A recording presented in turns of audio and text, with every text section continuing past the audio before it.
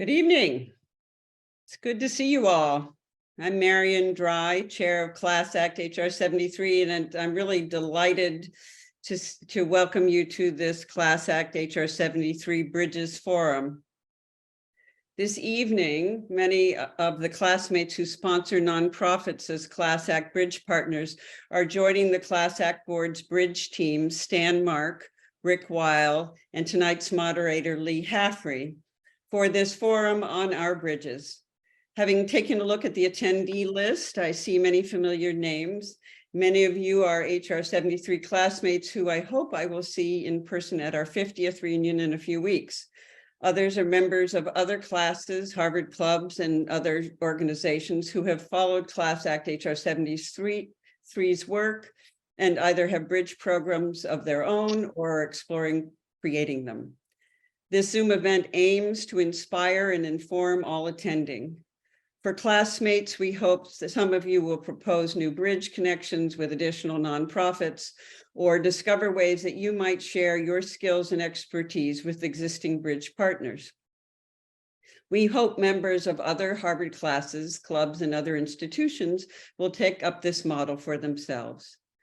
Joining Lee Haffrey, in addition to Rick Weil and Stan Mark, are our bridge sponsors, Bobby Clayton, Ron Diekman, Ellen Farron, Richard Golub, Yu-Cheng Ma, and David Weeks. And note that Rick Weil not only serves on the Class Act Bridge Committee, but also sponsors 2 bridges.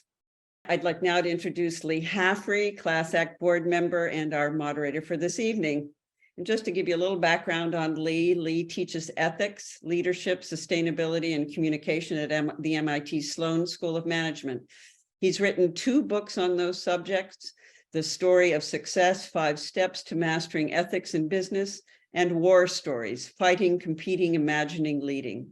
And since the mid-90s, he has moderated many seminars for the Aspen Institute, an international educational and policy studies organization focused on values-driven leadership. From 1993 to 2010, Lee and his wife, Sandra Nadoff, we now call deaned, but co-mastered Mather House, where they brought up their sons, Nathaniel and Ben, both of whom graduated from Harvard. It's now my great pleasure to welcome Lee to begin the discussion.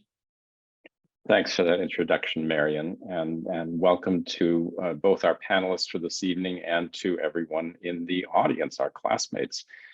We will have an hour and a bit more to talk about the 11 bridge projects that are a key component of what Class Act does. Marion mentioned Rick Weil and Stan Mark as partners with me in our bridge subcommittee. It has been a pleasure for me to work with the 2 of them, but also over the past year to get to know the principals, the sponsors in the 11 bridge projects that make up what is really an essential part of Class Act's engagement and attempt to fulfill the mission that the founders, including Marion and Jonathan Sprague, articulated at the very beginning, almost 10 years ago now. The bridges do a range of things. They address hunger, education in music, racial justice, and a host of other causes, all of which connect to the 4 buckets. And this is a board term in which the board at Class Act is interested. So the environment, health, justice, and civic engagement, and education. And the board has actively encouraged the inclusion of new projects, even as we continue to cultivate the 11 with which we have recently been engaged. There have been requests for additions, and we're going to hear from at least one of those. So Ellen Farron for Coal Resource Center joined us just a few months ago. And I think that's an example of what anyone in the audience might consider doing over the coming months. I'd like to get out of the way now and let our sponsors for the various bridges speak for themselves. We decided to put together a set of questions that all of the sponsors could answer over the coming 15, 20 minutes. And so I'm going to read them to you, and the sponsors have received the questions as well, so they know where we're headed, but this is really for audience framing, and we'll take it from there. So questions, and we'll probably start. I see, Ellen, that you've already been pinned, and we'll start with you. But the questions are: what is your name and the name of the bridge project you sponsor? What is the mission of your organization? That is, what problem or challenge are you trying to solve? What is the current size and shape of your organization and staff? And finally, if you would describe your organization's overall community, so other partners, funders, clients, sources of referrals, that'll give, I think, our audience and all of us on the call a full sense of what you're doing, why you're doing it, and where you hope to go. And we'll come back to the where you hope to go again as we reach the end of our time together. But speak to us, Ellen. Thank you, Lee. Hello, everybody. I'm Ellen Farron. My bridge partner organization is the Cole Resource Center. Our mission is to help those facing mental health challenges live full and productive lives. And the problem that we're solving is that most people who find themselves dealing with a mental illness, either their own or that of a family member, don't know how to move forward. They are usually completely unprepared and often frightened and overwhelmed. They face continuing stigma, and now more than ever, the limitations of our overburdened healthcare system.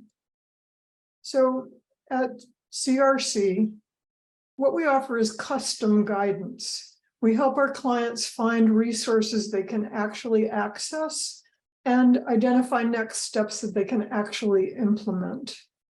We do this by listening and then sharing our expertise and our lived experience in navigating through the challenges of recovery.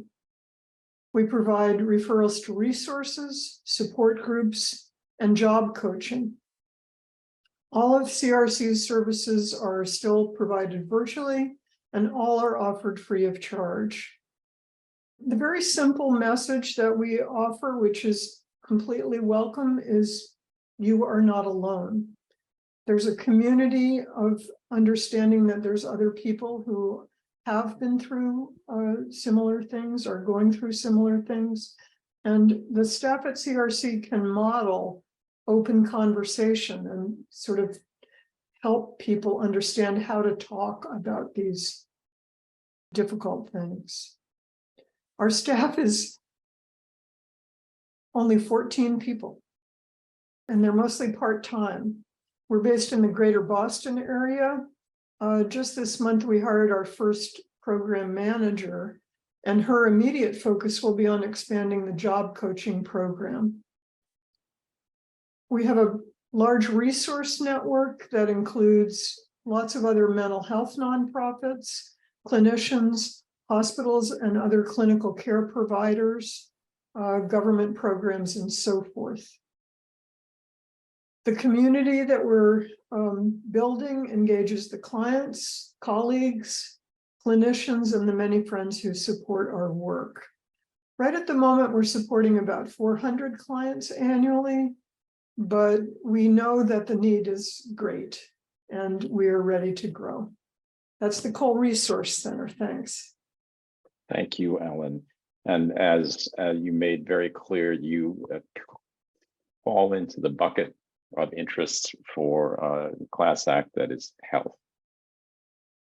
Our second project in the same area is Ron Diekman's Kids Care Everywhere. Ron. Thanks, Lee. Hello, everyone. Dear classmates, I probably partied with many of you at Winthrop House 50 years ago. I thank you so much for including us in the forum. I feel most honored. We do a lot of work And it's really fun to be able to talk about it. But I'd also, at the very beginning here, like to say how much I appreciate Class Act. They have really supported our organization for a very long time. And in a few minutes, I'm going to tell you some of the examples of how they have done that. But for now, I'm going to share my screen with you and take you to our website for a second to help me describe to you actually what our organization does. We are a California nonprofit. We've been in business for 17 years. We're all about children. We're about technology, and we're about working in the low-income world. Our mission is to save lives of children. And our vision for how to do that is through information access. I think we all are well acquainted with the fact that there are so many determinants of health outcomes that are not medical. They are primarily socioeconomic, especially in the worlds that we function in. But there is a subset of these inequities in our world that has to do with access to information. So our vision is a vision where all doctors can have immediate access to the most current scientific information about medicine. And how we do that is through a very extensive pre-site evaluation. We work in all three continents of Asia, South America. We do this with the leadership on the ground, at the sites that we identify to be potential places where there are low-income doctors working in large centers. We need to have about 500 doctors to train in order to make our actual trips worthwhile. We give away a world-class piece of software, which is called Dynamed. It is about 70,000 pages when it gets downloaded onto your mobile app. So if you can imagine for 1 minute what giving this type of technology to doctors in the low-income world does to their ability to practice medicine.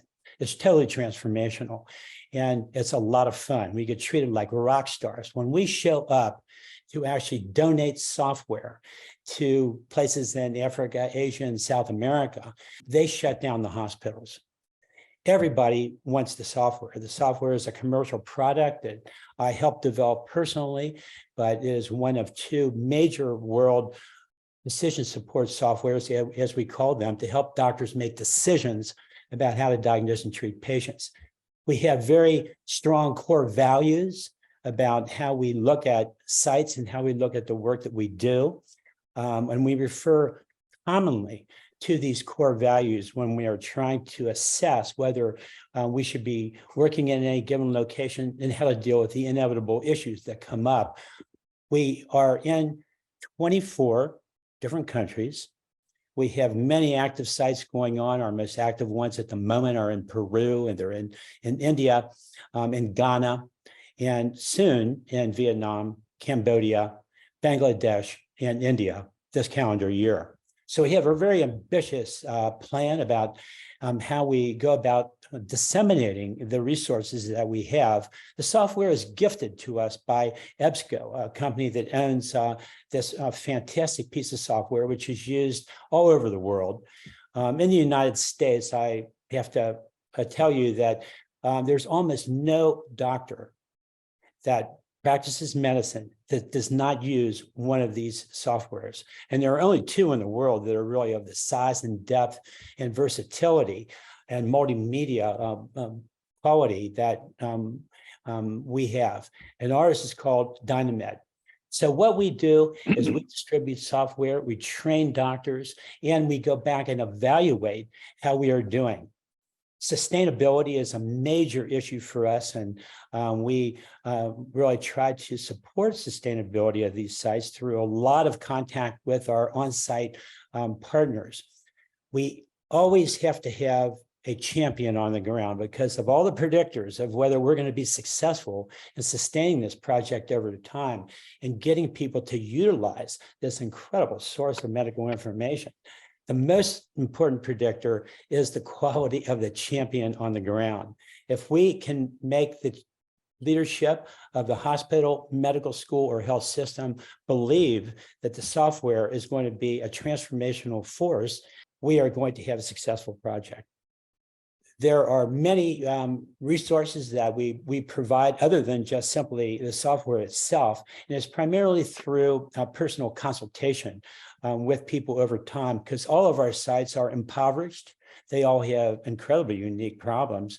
They all face constant disasters, and it is very challenging for us, and usually a lot of fun to be working with these sites and donating the software. Thank you very much for your attention. Thank you, Ron. Could you remind us, when did Kids Care Everywhere join the stable of Bridges in Class Act? Well, it's probably now about 5 years ago, Lee. I don't know exactly the date, but we've been, I feel like, part of Class Act for most of my current memory. All right, we'll come back to those 5 years shortly.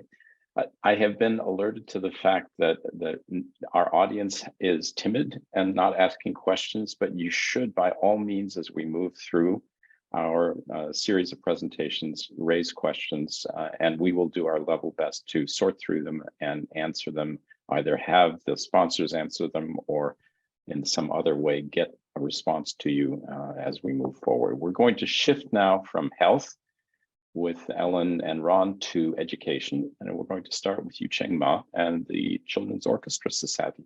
Yucheng.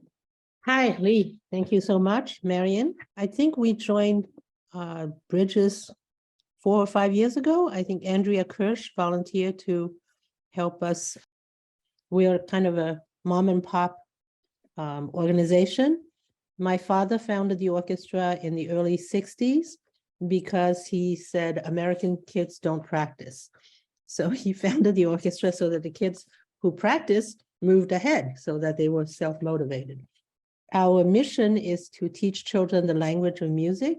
We teach them to navigate in the language of music, and we help each child to find their own voice. We have a big concert coming up next week, so I have not done as much homework as I could for this presentation. But people often ask, in what way are you different from other orchestras? When my father started this orchestra in the early 60s, he was told, Dr. Ma, children in America play baseball, not orchestras. Now every school has an orchestra, every county, whatever, So people say, why are you different? Well, we use a child-centered approach. So rather than have the kid fit into a mold, we listen to the kids' assets and talents, and then we work around that. And we provide them a nurturing environment. And we try to raise money to give scholarship for children with financial needs. And sometimes with remarkable results. We had a Hispanic kid was brought in by his godmother because she thought it would be good for him in 11th grade to play with our orchestra. Well, he didn't have a lot of skills. We tried to tell him to take lessons and he didn't. And then he said, well, I can't do it because I don't have time and I don't have money. I go, well, time we can't do anything about. We gave him free lessons. We put him on the crew to help break down the rehearsal space. So he then went on, after 2 years, he got a full ride in college at Emerson College. And so this is a kind of result that we are thrilled to have. Any organization needs to have a program, space, staff, funding, PR, and outreach. We have a program. We recently got space. We have a staff. We are always in need of funding and help to spread the word. We are a small organization. We have 13 members of the staff and faculty. And currently I am looking with Lee's help to get some succession planning in motion, which has proved to be more challenging than I expected, but I'm keeping at it. I was told either I find a successor or I join another organization, or I put the orchestra into hospice. So faced with that prospect, I'm really trying to work hard on this. We have a very supportive board. Parents and faculty help. We have foundations who support us, and Colstein Music, a music store, loves us a lot, and we have partnered for the past 10 years, and they support us by giving us money, and they lend us their PR person who has written to all the schools in Long Island and tried to get kids to come for free to hear our concerts, which helps us get an audience and helps get the word out. Thank you, Yu Cheng. You're Now, welcome. I do have a question that I might put to you since it just came in. That what has been your greatest obstacle and greatest sense of fulfillment thus far? The greatest obstacle, I believe, is the fact that, even though we feel that we have a really good program, we are not particularly well known in the community. I mean, this year, through some weird thing in a newspaper, we got voted to be the top music school in Long Island. So that hopefully that gets us a little mileage. Yeah, Our greatest accomplishment, I think, is to grow children who become good human beings. We had a very rambunctious child who was my viola student who hated having 3 classes in this particular building. He threatened to burn it down. But then he got religion, became he became a minister. And then later he posted on Facebook that his mom was in hospice. So I told my husband, I go, well, if he posts on Facebook that his mom is in hospice, I can call him up. So we called him up, he came to visit. And he said the most remarkable thing. He said, Michael and Yu Cheng not only taught us to love music, but they taught us how to love. So that more than anything makes us feel like that's something to be proud of. we did something Absolutely. right. I mean, yeah, it's Good. not a plaque, but it's something amazing. Good. Thank you. Thank you. So next in the bucket, education, Richard Golub, UN Association of Greater Boston. Richard, speak to us. It's a pleasure to be following Yu Cheng, because as freshmen and sophomores, we took Chem 11-12 together. And I remember many nights spent in the chemistry library with Yu Cheng, studying for our exams the next day and our weekly problem sets. So very nice to see you, Yu Cheng. As Lee said, my name is Richard Golub. I'm a board member and former president of the United Nations Association of Greater Boston, which is one of the oldest bridge projects. And we call the organization UNAGB for short. And it's a Boston-based nonprofit organization dedicated to educating, inspiring, engaging students and adult members of the Boston community around the issues central to the mission and work of the United Nations. And at UNAGB, we understand that to solve global issues, we need to take action at the local level. And UNAGB brings the global and local together through programs that aim to transform Boston students into global citizens, as well as through partnerships with other local nonprofits. Creating global citizens, both young and old, is the core of UNAGB's mission. What's the definition of a global citizen? Person who's dedicated to promoting sustainable, just, peaceful world, who has skills of mutual respect, collaboration, and nonviolent, peaceful conflict resolution.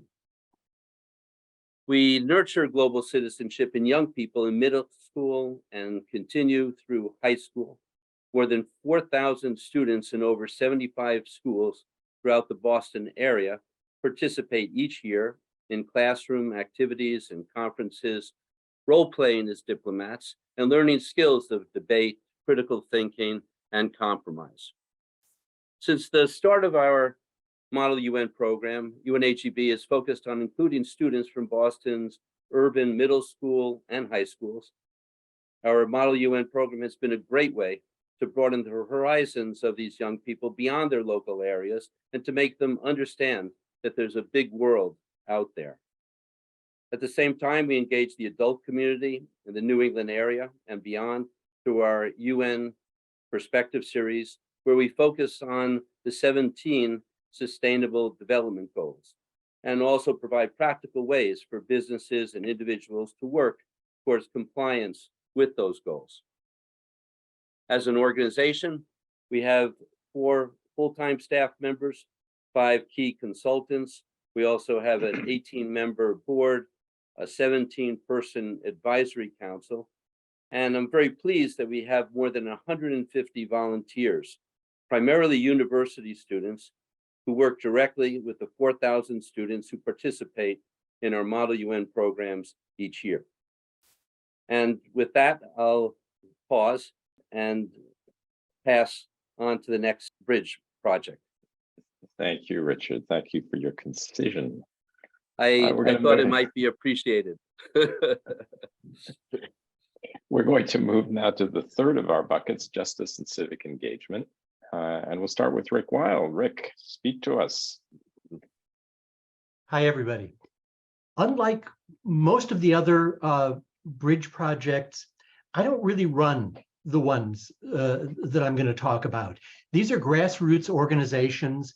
I'm a sociologist at LSU in Louisiana, and these are a couple of organizations in New Orleans, very much out of the New Orleans culture.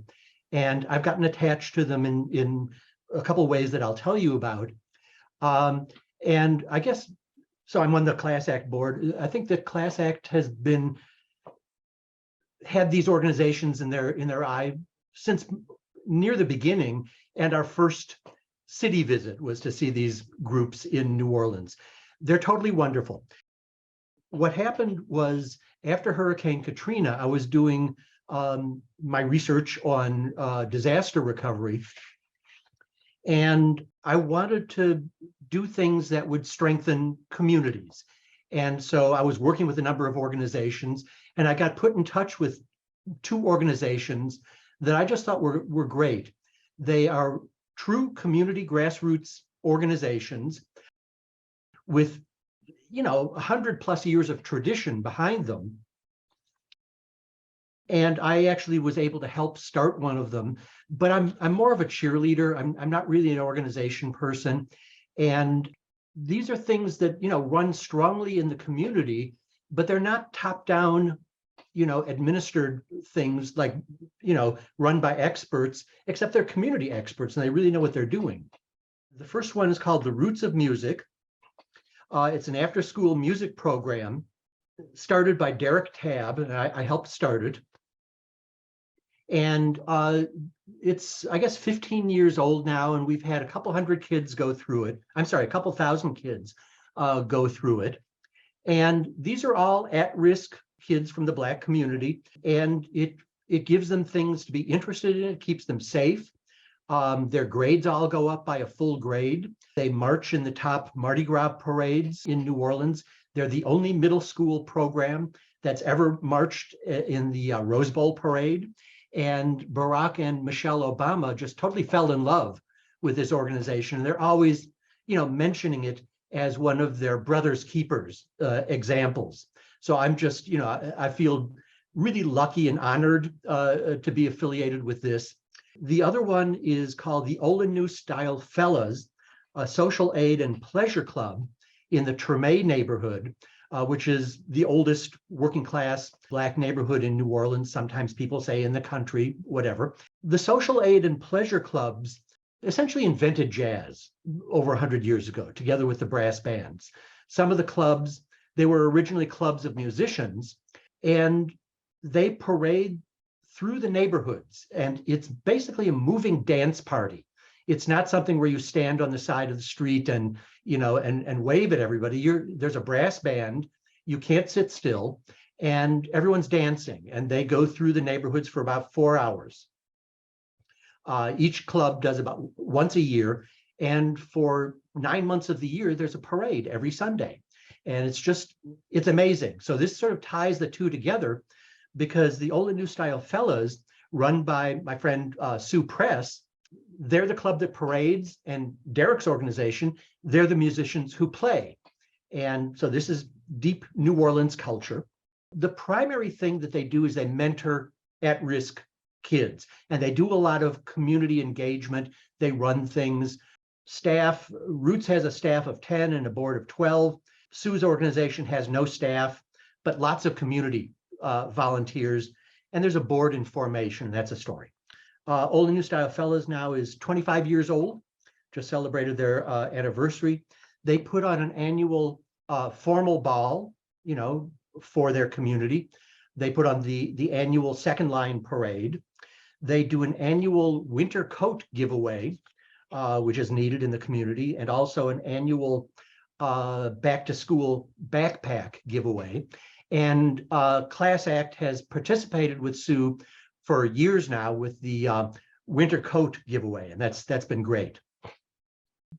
I've walked down the street with both of them, and just passing people on the street, people say, thank you for what you do. They're prominent, recognized in the community. And it's great stuff. So I think that is mostly what I wanted to tell you about. These are not highly formalized organizations. They are very strong grassroots, come up from the people in the communities and are recognized throughout the communities as such. They're real leaders in the communities. And I would say the biggest struggle is trying to make bridges between the formal structure of America and these community grassroots organizations. That's the biggest gap. Thanks very much, Rick. And thanks for your enthusiasm. Oh, yes. We're going to enter the justice and civic engagement area. We have a bunch of organizations here, and we're going to start with I guess Bobby Clayton.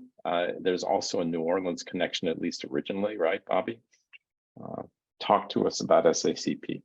Let me give you two touch points. A touch point that occurred last week in a story in the Baltimore Sun, and that's 2023. And then I'm going to give you our origin touch piece point in 2017, also featured in the Baltimore Sun newspaper. And why this is important, it will define the problem that we saw in 2017 and the problem that exists now. So an article in the Baltimore Sun where parents were accusing the Baltimore public school system of educational tax fraud. And the basis for their concern was the fact that Baltimore Public Schools has a $1.6 billion appropriated budget to provide education K through 12 to the young people in the city of Baltimore. It is the fourth largest appropriated fund to provide educational service. Now, having said that, they spend approximately $22,000 per student, but here's the outcomes. 23 high schools with 0% math proficiency. I'm not talking marginally 5 or 10 as you move towards 100% at grade level. I'm talking 0% math proficiency for 23 high schools. That's today. In 2017, I had attended the MIT Sloan Sports Analytics Conference.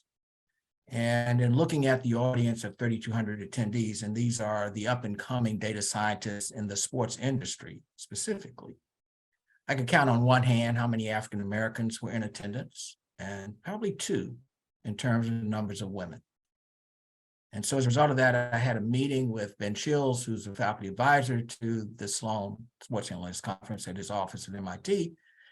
And the concern was, how do we encourage young people, particularly African American and Hispanic, and how do we encourage young women to think about STEM advanced study and also careers as data scientists? And we decided to look at senior high schools as that point of just position. I also had a good friend, Ed Tapscott, who was then a vice president with the NBA Wizards. And we identified a school in Baltimore, interestingly enough, Edmondson Westside, at the time had 938 students. And of those students, there were 99% African-American and they also had 0% math proficiency. And we started to formulate what we call a 3-tier trainer-to-trainer project-based learning system using sports and sports data-driven research projects as a motivational tool to excite kids about learning data science skill sets and becoming proficient in Python and R programming skill. And we started with Marvin Webster, Claire Edmondson, Morgan State to create a performance portfolio, a 25-page data visualization to advocate his induction into the Collegiate Basketball Hall of Fame. And why that's critical, that's September of 2017, club of 15 young people at Edmondson. December, Baltimore Sun runs an article with the first data science scholastic after-school scholastic club in the country. In March, the Baltimore Sun runs a follow-up story that is a result of this data analytics project.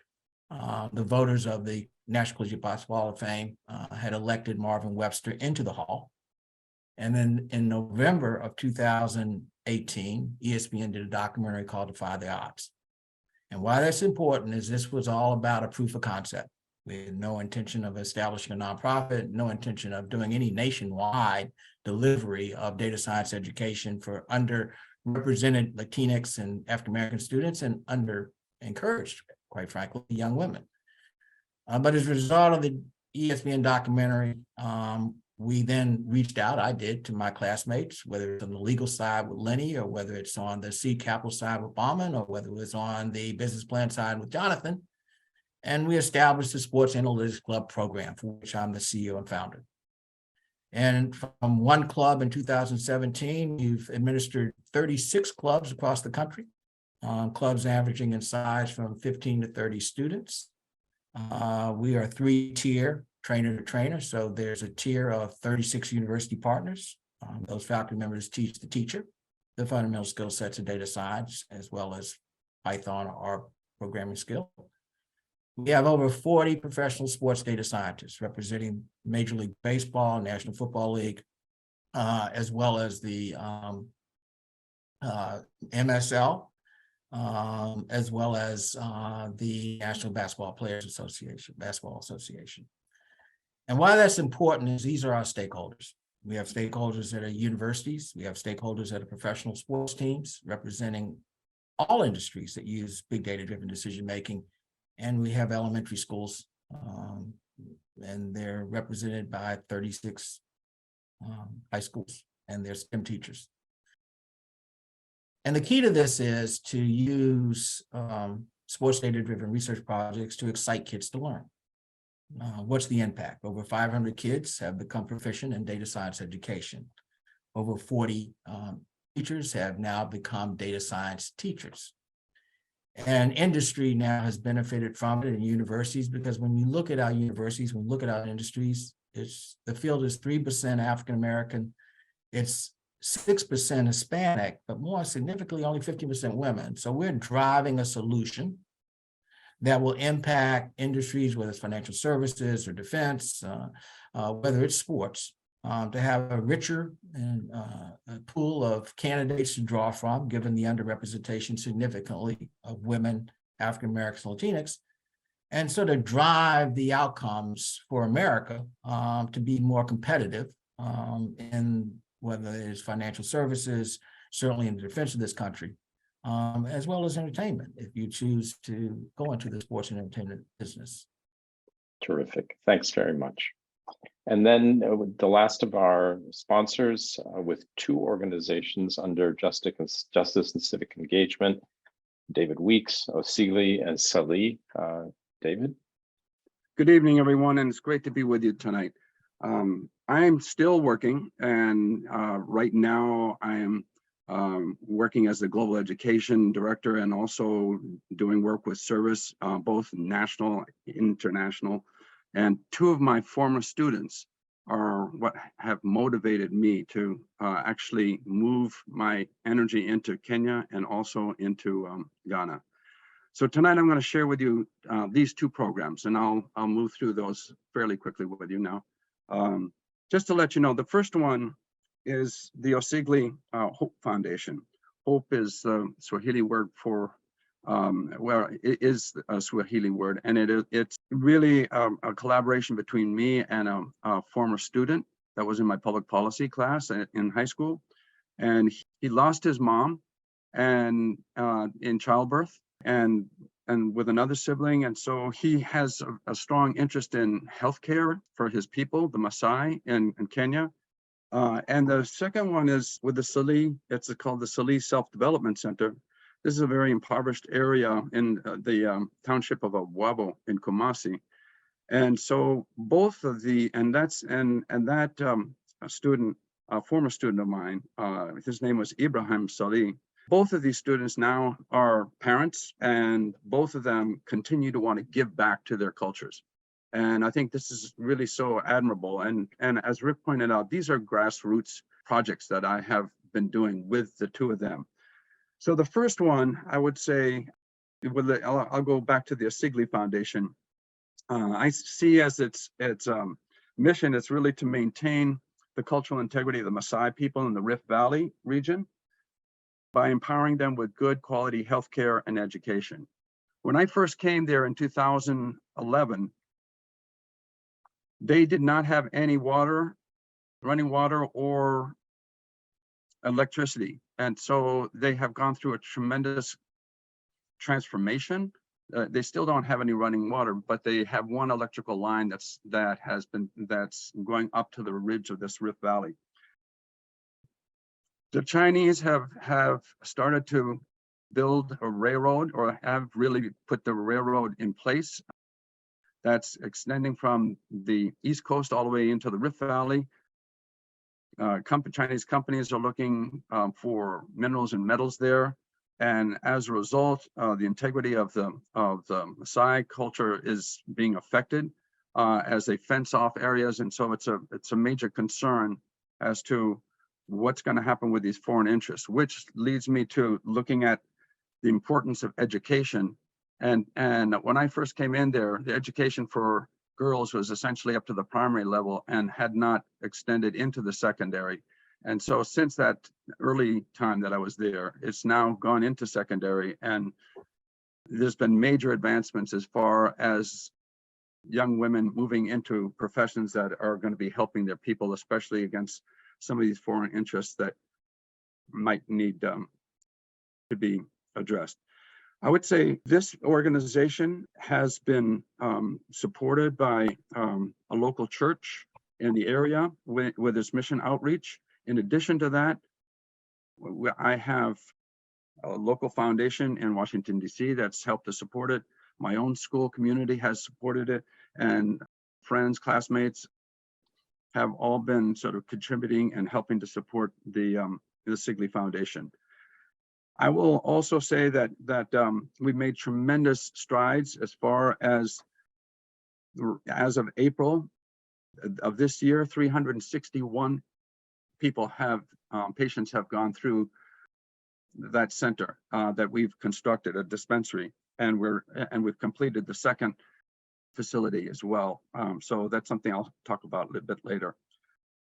With the Sali Self-Development Center, that's in Ghana, the mission of that particular center is to empower the youth of Abwabo Kumasi in Ghana with vocational training, skills to promote self-sufficiency and to improve the quality of their lives.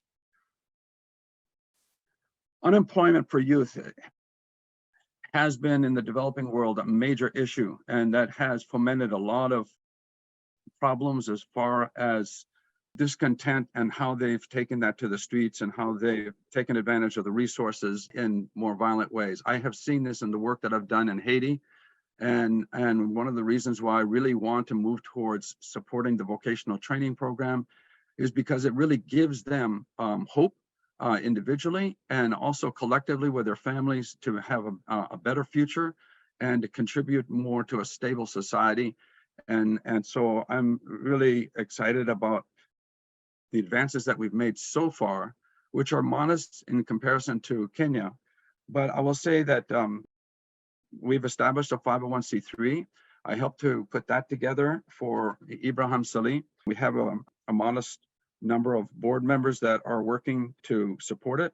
In addition to that, one of the things that I've done is made a connection with the grandfather of a good friend locally here who is involved with Ashanti. He's actually the king of the Ashanti people and who can open a number of different doors for us in Kumasi. So that's exciting kind of thing that's coming up. And in addition to that, we have the foundation that I mentioned in Washington, D.C. that's been really helpful to us. We're hoping also the Ministry of Education in the Kumasi government will step up and assist us, just as the North Health Department has done in sustaining these projects and providing the necessary support in staffing and the education of those staff members. So I'm hoping ultimately to put these two programs under a new nonprofit that I'm going to start as I retire this year, and that is called the Wings of Hope Global Cooperative. And so that's something that also I can elaborate on a bit later. That would be great. Thanks very much, David. And thanks to the 7 of you for presenting your bridges. Those of you in the audience who had not previously heard of or been exposed to the projects under the rubric of Class Act will understand now why we're so proud of them, recognize how much territory, both physically, geographically, and in terms of concept and problem response they cover. And I hope in the process of laying out these engagements, you will see that there's room for more. These are models, but they are also invitations to all of you to contribute to the current efforts, but also to add your own. Why don't we turn briefly, at least now, to a few stories, maybe from the 7 sponsors.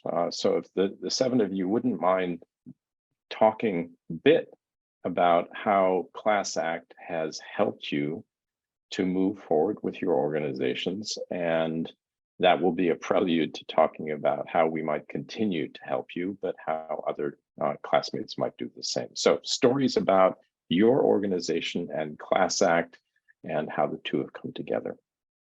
Since we got started with a nonprofit that was established by Lenny Easter, the seed capital came from Bauman and the business plan came from Jonathan.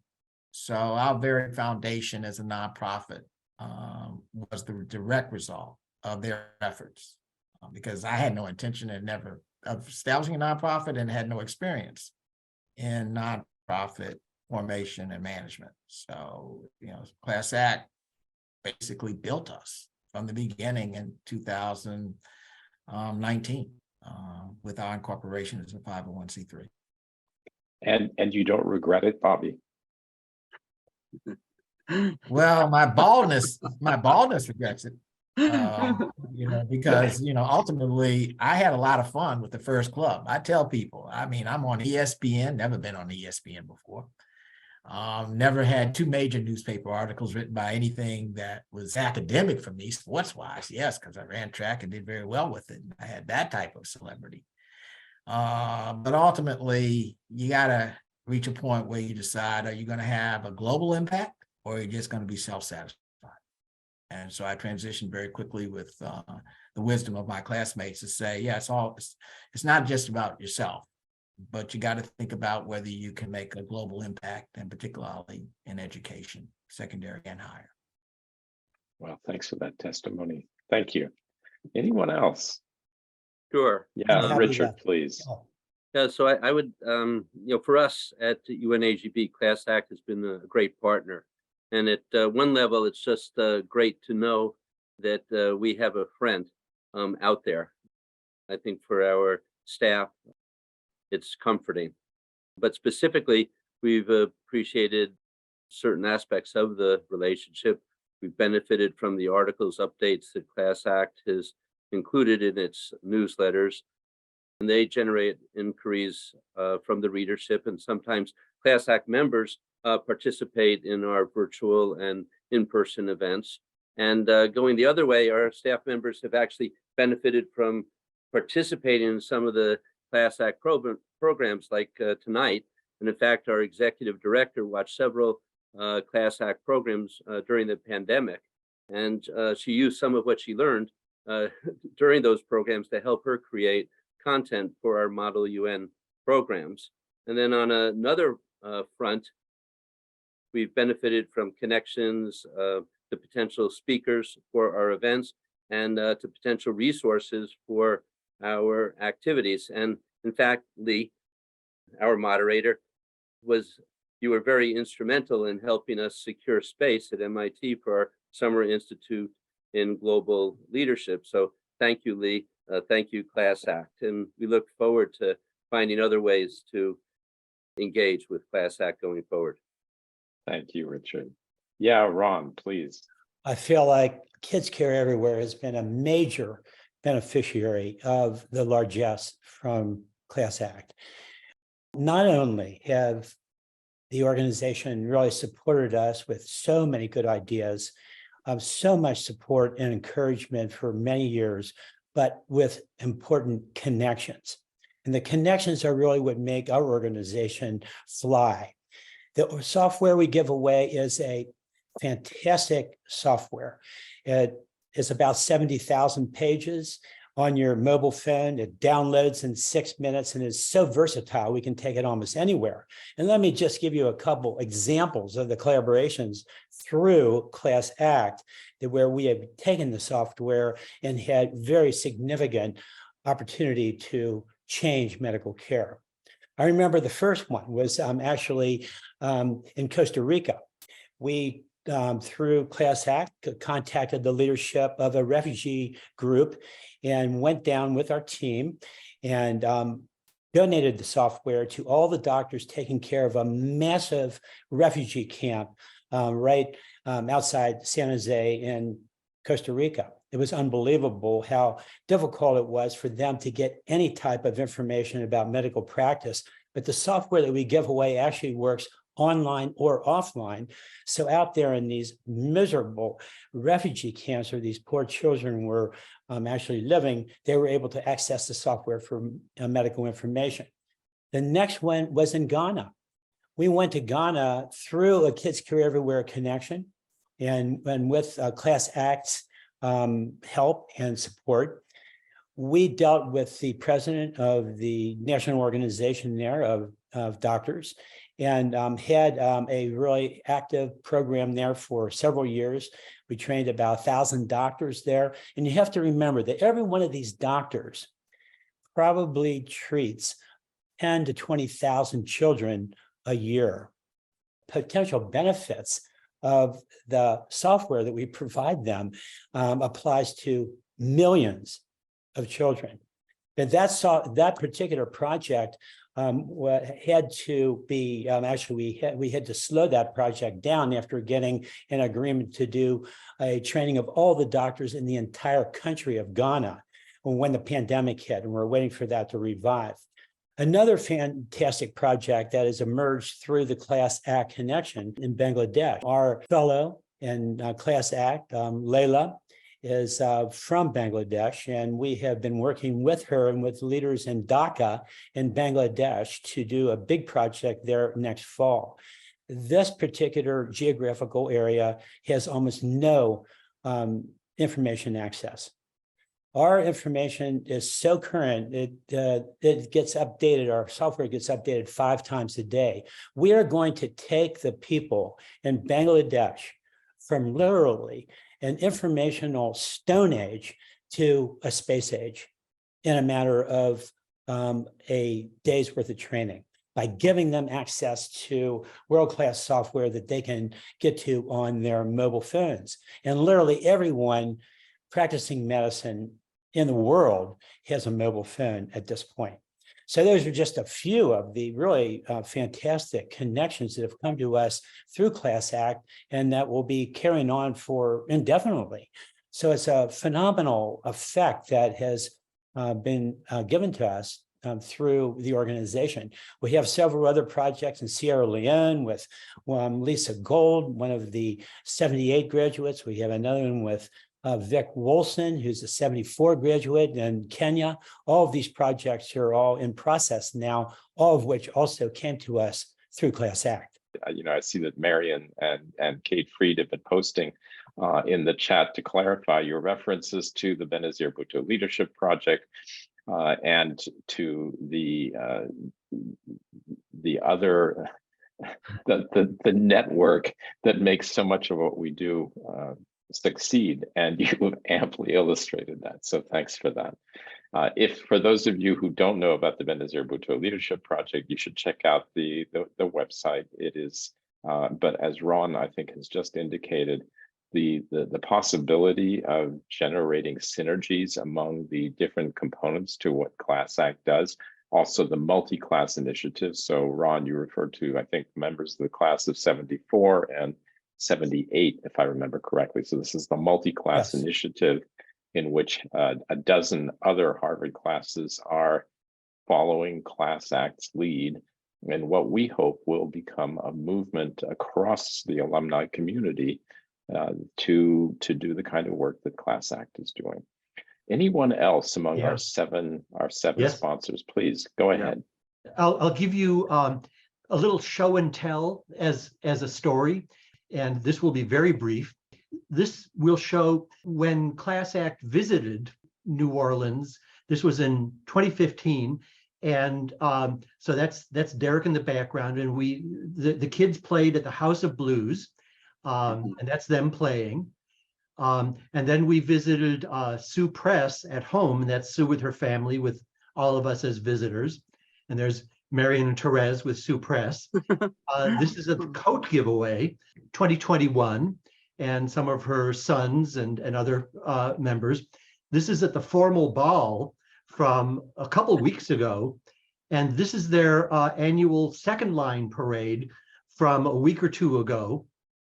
I'm sort of their club photographer, and there's Sue on the street, and here's some of her kids, who she brings in. And so I would say anybody who's interested in this stuff. So I mean, Bobby, I know you know this culture from having lived in New Orleans. It's great. You can meet the people. You can see what goes on, and I don't know, somehow without having this super formal organization that runs everything, how it's an extremely organized thing that bubbles up from the community and produces just fantastic results in social mobility and opportunity for the kids. And, from backgrounds where a lot of them get into a lot of trouble, and these kids don't. They get enthusiastic, and they see a future. Amina is a 16-year-old. She came from the Ivory Coast to Kumasi. She got involved with the sewing program there in Kumasi, and she learned valuable skills. She went back with her family to the Ivory Coast. She started a shop, got married, has a child, and is doing so well. And that's all because of the initiative that we started way back when. You remember, Marion, when we had those sewing machines and we collected those, and we started with getting them from LaSalle University, connecting with a fashion, program there. Great kudos to Michael Alexander, who was the president there, and his support for me coming in and not only picking up sewing machines. And I ended up having a good conversation with the professors there, and we started to do and work together as far as thinking about how something like that could be a bridge between their program and the kids at the vocational training program in Kumasi.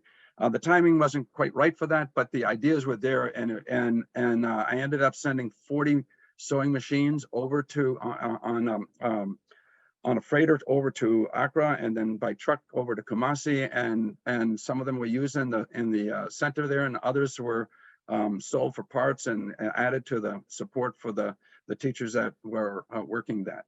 I also want to say, so anyway, thank you. I really, that was just a great start. And we're working now on looking at construction skills that we can give to younger guys in that 15 to 25 age group in plumbing, carpentry, and electrical work. And so we're hoping to broker some arrangement with the local education ministry there in Kumasi to get that off the ground. And that's our sort of next stage there. As far as Kenya goes, I just want to say quickly that Rick was wonderful in making a connection just recently within, the last month or so, connecting me with a younger Harvard grad. Her name is Diane Ogamu, and she's living with the Maasai people in Kenya right now.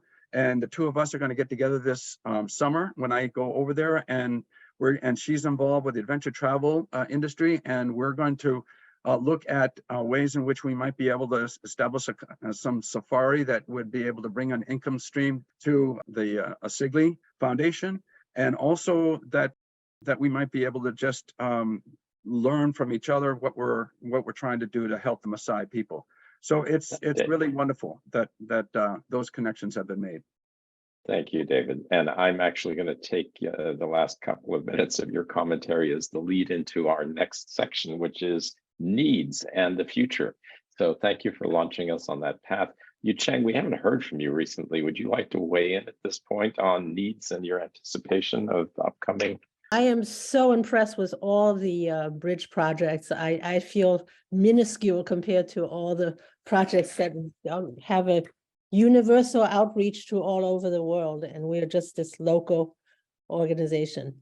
But on the other hand, people do move. I mean, my brother said, "What are you doing?" Everywhere I go, there's a children's orchestra alum somewhere and say, "I was in the children's orchestra." So I guess in some ways we reach out as people migrate. All right. And I'm Thank grateful to the Bridge program for all the help and the support that you have given to our projects. Oh, it's our pleasure. Thank Thank you, you. Alan. Sure, thanks. What CRC could use help with from classmates would be two areas. The first is board development.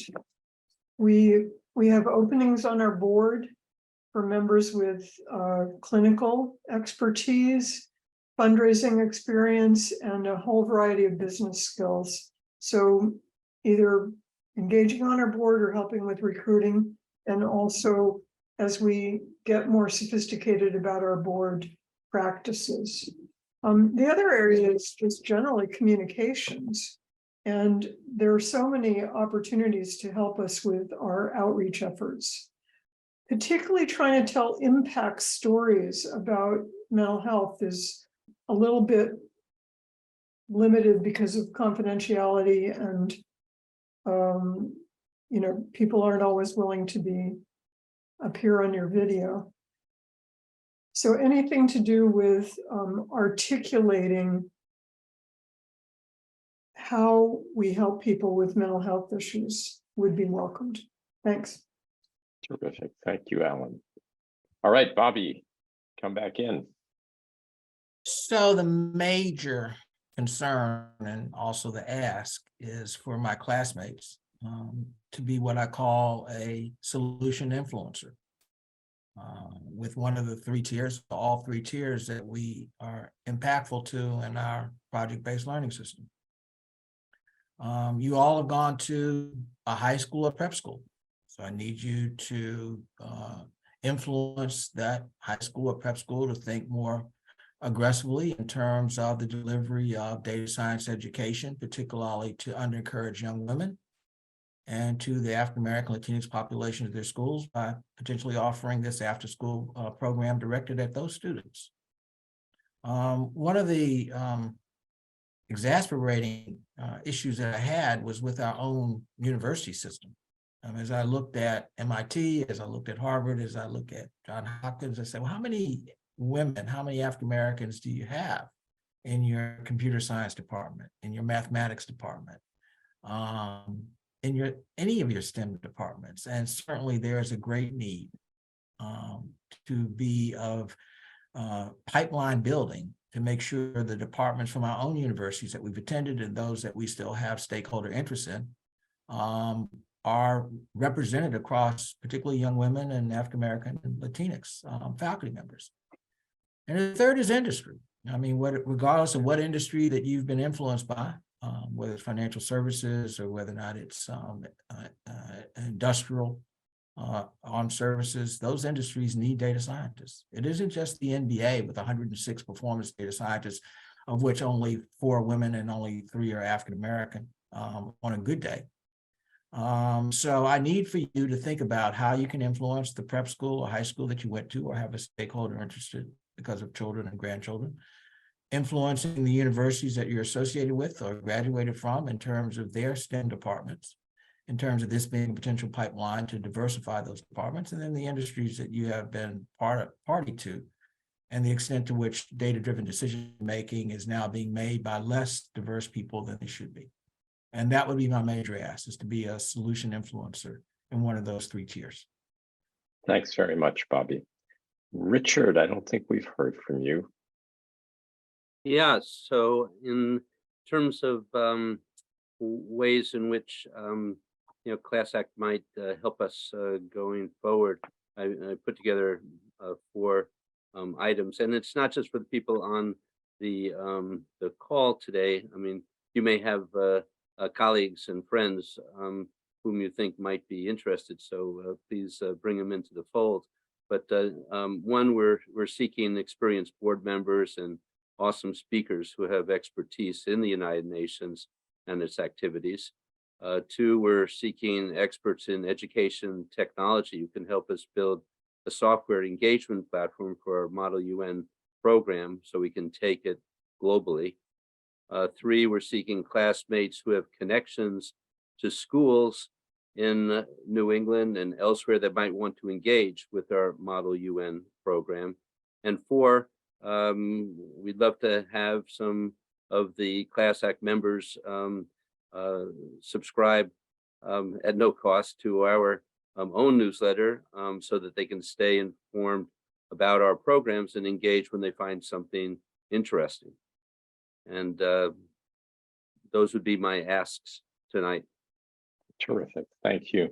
Thank you. So Rick, we haven't heard from you. I'm gonna use your dual status as a sponsor for 2 of our bridges and at the same time as a board member, and ask you to ask your fellow sponsors a question that you feel we have yet to raise, but that should get surfaced for everyone in the audience. Here's some of my thoughts. I think that we have just this fantastic opportunity here for the bridge sponsors and potentially everybody else on the call to be sort of peer mentors to each other, that we can be problem solvers for each other as we are describing what we do. Hopefully we're all learning from each other. We'll have our asks of people who aren't engaged, but we're hoping that this provides some seed incentive for some people who haven't yet taken the plunge to take the plunge and start organizing things. Or like me, maybe you don't actually organize a thing, but you go out and you see something that is working really well, and you try to, I consider myself to be sort of a cheerleader. I'm a sociologist, so I'm always interested in this. But to be a kind of a cheerleader for an organization that you can be helpful to, and where we can learn from each other in this. And so that in a sense, if we can be a bit of a meeting place, and I think one of our thoughts was going forward to have people working in bridges to try to meet periodically and to exchange ideas and exchange information. So I think that this is, I like this peer-to-peer idea. Across all of the differences that we've just had explained to us, these are significantly different organizations with different target audiences and different goals. And the prospect of bringing those together and learning across those differences, I think, is real and important. So thank you for that. Any questions from the audience? You have been very polite but very silent. Did I get my asks? Yeah. Yes, go ahead now. You've earned it. Go ahead, Rick. And Lee, I wanted to ask also too. Okay. Okay. Yeah, please. My asks are really short. For the Roots Yeah. of Music grant writers. You know, we're not doing fundraising, but a lot of you guys out there are super professionals and you know how to write grants. And Roots is expensive. It's fantastic. For Sue Press, for the Old and New Style Fellas, there's an enormous gap between her and the professional world.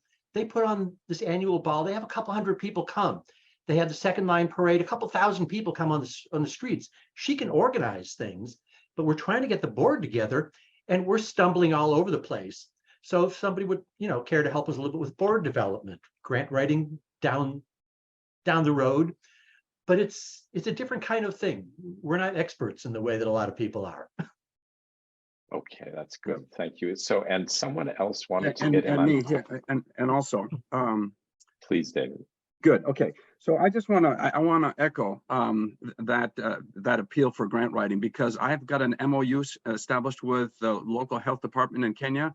And part of that MOU was essentially that we would provide housing for the staff that would be working at the pharmacy that we've just completed, as well as the dispensary for emergency and maternal care. And so having grant writers that would assist us in looking at how to raise funds to establish that hospital ward, which is, we've got plans for that and we want to do that. So also we want to, I'd like to have some support with solar energy. So anybody who has some background in that would be very much appreciated here, as well as looking at marketing for Ghana, marketing the clothing to try to import some of the clothing that the young women are doing in Ghana.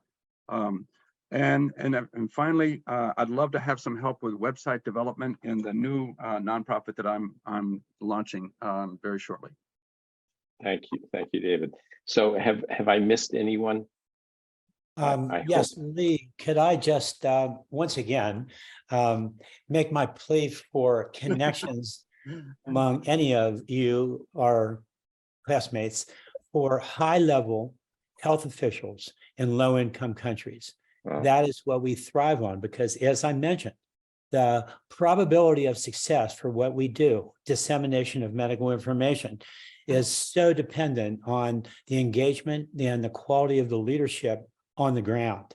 So when we identify people like those who have come to us through Class Act and others, it makes everything so much more enjoyable and so much more successful. So keep those cards and letters coming about leaders in the low-income world that we could potentially approach with new projects in the future. Thank you. Thank you. All right. I think at this point, I'm going to turn the proceedings back over to Marion and her capable hands. You're all so inspiring, and the work you're doing is so important and exciting. I just have loved this hour and a half, and I hope others have as well. I would encourage Kate to post the Google form in the chat again, and if there are those who are attending who would like to fill that out, we would love to have you connect with this in whatever way it works for you. So thank you, Lee, for leading a wonderful conversation, and all the bridge sponsors, Bobby, Ellen, Richard, Rick, Ron, Yu Ching, and David. And thanks to Rick and Stan for leading this effort with Lee. It's just incredible. My thanks also go to this evening's production team, John Noren, Jackie Swearingen, Diana Labanchu, Kate Freed, and our extraordinary videographer, Rick Rotman.